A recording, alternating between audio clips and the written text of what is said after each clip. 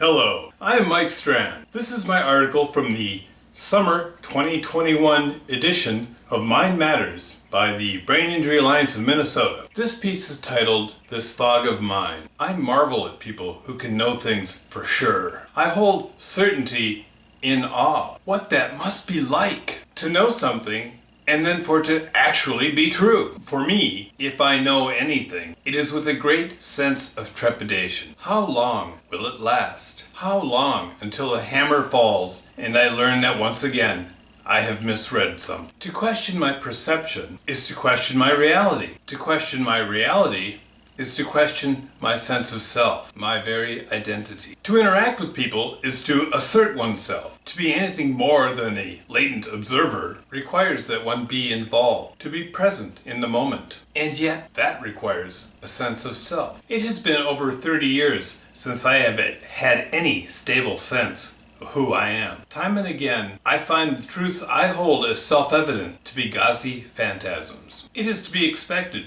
that we change and grow as we find newer and higher truths. The thrill of discovery is exhilarating and uplifting, building a new world view. Such a life, such an examined life, seems to be not my providence. My self-examination is like peeling an onion, and when I am done, there's nothing left. This is true for everybody, but in my case, more than a notable exception, it is a constant reverie. I know that no one else has more of a right to be here and alive than anyone else, including myself. But I am not entirely sure that I am here. My life is like a dream. Just like a dream, nonsensical and arbitrary conclusions seem to make up my reality. It is a dream I cannot seem to wake up from. I pass from dream to dream. Each dream contains many familiar things, but each dream is also fraught with the unanticipated and unexpected. Each day I wake into a new dream. I cling to my routines because they are the only certainties I have. Consciousness is a struggle,